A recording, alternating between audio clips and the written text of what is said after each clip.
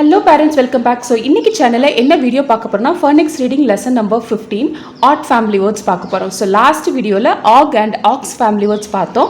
இன்னைக்கு இந்த வீடியோல odd family words பார்க்க போறோம்.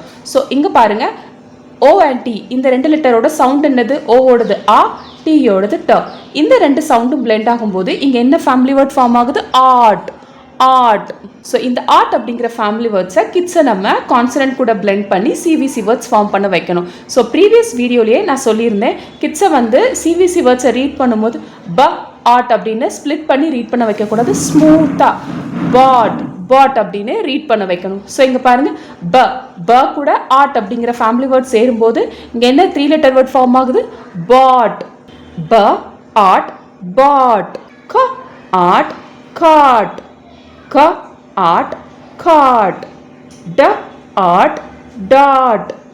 Da art dot. Ga art got. Ga art got. Ha art heart. Ha art heart. Ja art jot.